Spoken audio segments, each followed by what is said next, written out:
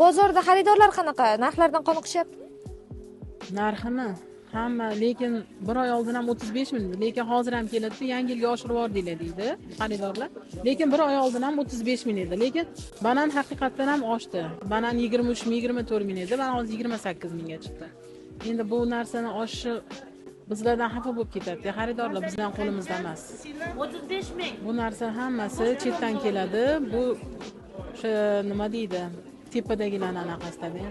Bu tez yo'l ochuv bo'lsa, tez O'zbekistonga mana shu narsalar kirib tursa, narx ko'tarilmaydi. Kiritilmasa, keskin 2-3 kun ichida ko'tarilib ketadi. Shuni hisobiga bizlar ham arzon bo'lsa ko'proq sotamiz, qimmat bo'lgani uchun ham qiynalib sotamiz. Olishga ham, sotishga ham o'ylanamiz baribir. Albatta. Iloji boricha hammaga kelishilgan chiroyli narxda qilib beryapmiz. Hali lekin qimmat yo boshqa narsa deganini qilan eshitmadik.